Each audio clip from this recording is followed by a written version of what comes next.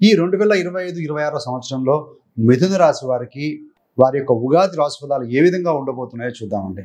సహజంగా ప్రతి వారు ఉగాది రాశి ఫలాలు కానీ ఎదురు చూసేది ఆదాయ వ్యయాలు ఏ విధంగా ఉన్నాయి, రాజపూజ్యం అవమానం ఏ విధంగా ఉంది, స్టూడెంట్స్కి ఎలా ఉంది, ఉద్యోగస్తులకి అంటే జాబ్ హోల్డర్స్కి ఏ విధంగా ఉంటుంది, వ్యాపారం చేసే వారికి ఎలా ఉంటుంది, ఆర్థిక స్థితి ఏ విధంగా ఉంటుంది, రాజకీయ నాయకులకు ఏ విధంగా ఉంటుంది, స్త్రీలకు ఏ విధంగా ఉంటుంది, ప్రేమ లవ్ అండ్ అఫేర్ ఎలా ఉంటుంది, వైవాహిక జీవితం ఏ విధంగా ఉంటుంది, దేశాన్ని వెన్నుముక రైతులకు ఏ విధంగా ఉంటుంది, అదేవిధంగా హెల్త్ ఏ విధంగా ఉంటుంది, చివరిన రెమెడీస్ ఇవన్నీ కూడా చర్చిద్దామండి. సో చివరిదాకా చూడగలరు. నచ్చితే లైక్ చేయండి, 10 మంది బంధుమిత్రులకు షేర్ చేయగలరు. మిథున రాశి వారికి ఈ యొక్క విశ్వావసునామ సంవత్సరంలో ఆదాయం చూస్తే 14గా ఉందండి.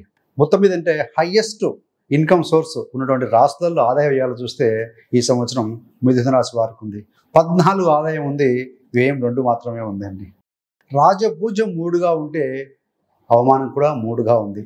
సో రెస్పెక్ట్కి ఏం తక్కువ లేదు. సో మల్టిపుల్ వివిధ మార్గాల ద్వారా ఆదాయం సమకూరుతుందని చెప్పవచ్చండి. కాబట్టి ఏంటంటే అసలే మిథునం అంటే కనుక బుధుడికి సంబంధించిన ద్విస్వభావ రాశి. బాగా ఆలోచించగలుగుతారు, బాగా కమ్యూనికేట్ చేయగలుగుతారు.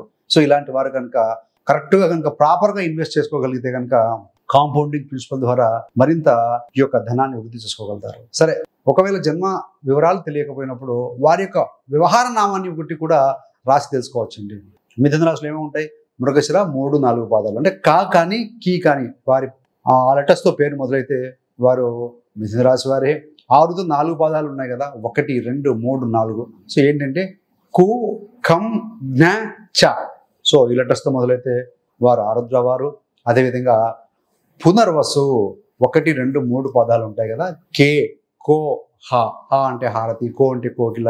సో ఇట్లా ఏదైనా కావచ్చు అండి. సో వీరందరూ కూడా ఈ ఫలితాలు వర్తిస్తాయని చెప్పాలి. మరి విద్యార్థులకు ఏ విధంగా ఉంటుంది? ముఖ్యంగా ఏంటంటే ఈ సంవత్సరం బుధుడింటికి గురుడు వస్తున్నారు మే 15వ తారీఖు తర్వాత. సో కాబట్టి ఏంటంటే మే 15 నుండి మీకు డెఫినెట్గా బాగుంటుంది. టెక్నికల్ ఎడ్యుకేషన్ చేసేవారికి, క్రియేటివ్ రంగాల్లో ఉన్నవారికి, అకౌంట్స్ ఫైనాన్స్ రంగంలో ఉన్నవారికి, డాక్టర్స్కి, ఇలాంటి వారి అన్ని రంగాల వారికి కూడా ఎక్సలెంట్గా ఉండబోతుందండి. ఎందుకు అని అంటే మీ యొక్క రాశిలో సెకండ్ హాఫ్ మే 15 నుండి జూపిటర్ వస్తే ఆ గురుగ్రహం మీద దృష్టి, రాహు దృష్టి ఉంది. కాబట్టి రాహు ఏంటంటే ఏది ఈజీగా నమ్మే రకం కాండి. సో డిగ్గింగ్ డీప్ అనమాట. సహజంగా గురువు రాహు కలిసి ఉంటే జన్మజాత చక్రంలో దాని గురు చండాల యోగం అంటాం. అసలు గురు చండాల యోగం అంటే ఏంటంటే